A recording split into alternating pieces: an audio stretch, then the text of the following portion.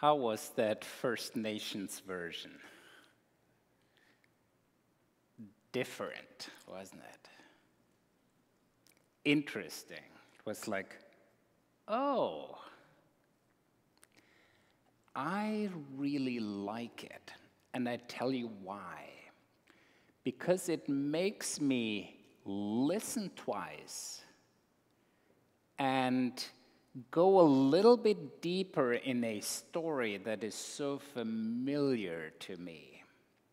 And the same thing happened to my wife Sigrid and me when we moved to the US. Always read the scriptures in German. And then reading it in English was like, oh, I didn't see it that way. It was like hearing the scriptures in a new way. And I love some of the images, like the name for Jesus, Creator Sets Free. It's like, that's what I'm longing for, to just be set free. Be loved, be embraced, be just free. Or the Great Spirit for God. Or it's kind of drawing me in, making me curious. And in this way, the scriptures come alive. It's like, oh, it's not just, I know that, I've heard that already. It's something like, oh, seeing it with new eyes. And in the same way, I think something comes alive in that conversation of Jesus with the Samaritan woman. Now, that is a typical cross-cultural story. Two different nations that didn't mingle. Jesus, the Jews from Judea, Jewish, and the Samaritans lived separately. They had different places of worship. The Jews worshiped in Jerusalem, the city of God. The Samaritans worshiped on Mount Gerizim. And they didn't mingle because for Jewish people, the Samaritans were a little bit outsiders. Like many years ahead of time, they mixed with other people, so they were mongrels, or they were mutts to the Jewish people. So it's kind of, we do it our way, you do it your way, and we don't mix.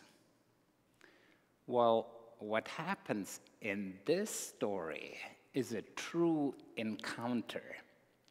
And it's an encounter on a deeper level. The encounter that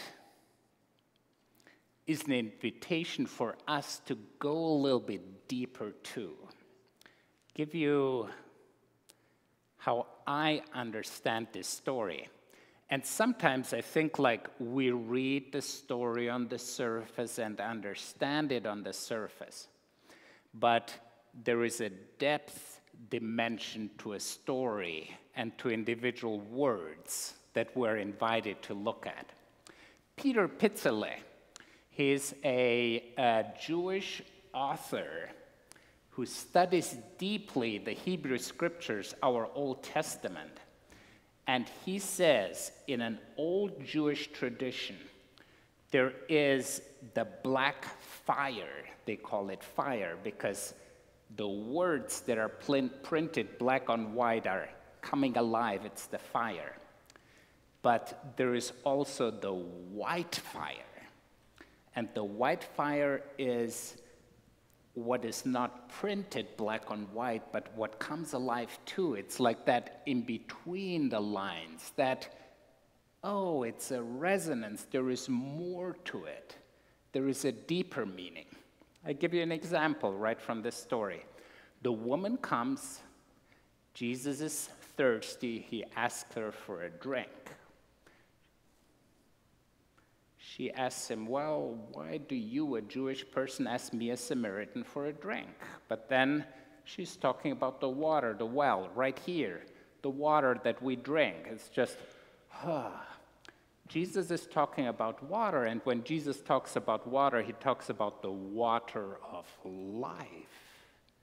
the depth dimension of water as the stream of life, the refreshing well that springs from the heart of God, the river of life, the fountain of youth, the artesian well, the water. You see, water, just drinking, and water. It's the same that Jesus does with bread at communion. On one hand, yeah, it's our daily bread, our food we eat. And then for Jesus, it has this depth dimension. It's the bread of life. In and through the bread, the very presence of the living Christ, we experience that. And we together are to be meant to be bread, living bread to feed others, hungry souls. So there is food for our bodies, there is food for our souls. And as we go into these individual words and into the individual stories, especially those from the Gospel according to John, we're invited to discover the more, the depth, the symbol, the metaphorical meaning. And that's how I often read Scripture. And it's not the either or. Often we think like, well, only one way is okay. I think what I love about these stories is, oh, there is more to it than I thought. And that's how the conversation goes with Jesus and Nicodemus, just a chapter before the one we have heard. Nicodemus is talking about birth. Jesus says, there is something in you to be reborn, to be born anew, some new birth. And Nicodemus is stuck in his world and thinks like, oh, birth. How do I get back in my mother's womb? No way. And you see, Jesus talks about birth in a different way, of being reborn, renewed by the Spirit. Well, Nicodemus is stuck in his own little understanding of birth. And that's how I understand the Scriptures. And that's why I think the traveling theme, the exploring of different cultures, the exploring of Scriptures from a cross-cultural understanding or point of view is so important, so refreshing, so life-giving. It's like coming alive again. It's that white fire that joins the black fire. And I think that is so important. Give you an example, because the mindset we often are in, and that's how I grew up. Good and bad, good and bad. I grew up German in Romania. The Romanians were bad. The Germans always thought, oh, we're a little bit better. I grew up Protestant Lutheran. Well, the Catholics and the Eastern Orthodox, they were bad. You don't mingle. I grew up with, we grew up as Christians, so we often think like, well, Jewish people, not so good, or people of Islam, Muslims, not so good. So you see, we often see it black and white, and our own perspective, isn't it interesting, is always white. And others are often, especially when we're fearful, it's kind of, okay, what is that about? And I think that applies to so many circumstances. And the invitation of this story for me is, start a conversation with different. Start a conversation with someone who comes from a different area. Start a conversation about, and we know that all, because the conversations help us go beyond the stereotype, beyond the black and white, to the heart, to the real encounter. So it's not good or bad, it's different that we're invited to explore. And how is that happening? Well, when we journey, when we're open, when we're curious, when we are just wanting to learn with an open heart, the engaging. And that's why we travel, don't we? We travel to encounter, to explore a different area, whether it is further away, or whether it's in our area, or whether it's the inner journey, the journey of our faith. An invitation to be curious. And I think that's one of the reasons why Jesus says, become like children. Do you see children ever thinking of good, bad, good, bad, good, bad as they grow up? I think in children, there is a curiosity. You may call it naivete. It's before the world splits into good and bad, black and white. It's this curiosity, this exploring, this being in touch that we can learn from children. And I think our faith journey then is, what is it? Well, it's the journey where we have the Bible as our travel guide. What do you call these books? Travel guides. And we have Jesus as tour guide, as the one who kind of leads us and takes us to explore a different perspective, a different part of our lives. And I think what matters really in the encounter is being curious, being open, and being hospitable to explore different. So that's what's happening in this story. Jesus comes and he's walking from Judea to Galilee. And Judea, that's where Jerusalem is. In Judea is where Bethlehem is, where Jericho is, where a lot of the story of the people of God happens. And Galilee is where Nazareth is, where the Sea of Galilee is, where Jesus lived and grew up. So in between Judea and Galilee, you had to travel through foreign country, through Samaria. It's a hot, burning, sweltering day. It's like, oh my dear, like one of these hot, hot days we had. So Jesus settles right at the well. His disciples go to Sychar to get some food. It's right at noontime, sun is the hottest. And the Samaritan woman comes just to pull water from the hole. She has this bucket, she has this to draw water and to use water. Now you need to know that having a well was key. It was life to have a well. Think of an oasis in the desert. It's a dry land, even now, Israel. So water is life. So she comes to the water. We need water.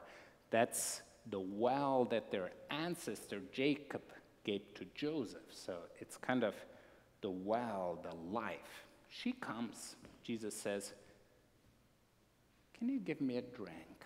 I'm thirsty." And then she comes and says, "You're a Jew. I'm a Samaritan." We also know that men did not talk to women in public when there was no husband or another man or other women present there. So it was like, whoa, we come from different worlds. You wouldn't ask me about water. It's just not custom here. And then Jesus says, well, the water here, I'm thirsty, that's what he asked her for. But then, if you, he tells the Samaritan lady, knew that water is more than water, there is a water of the soul, you would ask me to give you that water. She's still in the water right present here world and says, well, how can you give me water? You don't have a bucket. You can pull it from the fountain. He says, well, there is a water more at depths in your heart, and if that bubbles up, it's like rivers of living water, streams of living water will come to you. And then she puzzles and she wonders, and Jesus tells her, well, go and get your husband. She tells Jesus, I do not have a husband. Jesus tells her, you have had 5 husbands. The man you live with right now is not your husband. She says, oh, you know me. You are a prophet on a deeper level. Now, Jesus doesn't judge her for that. Jesus keeps the conversation, still cares for her. And then, what's next?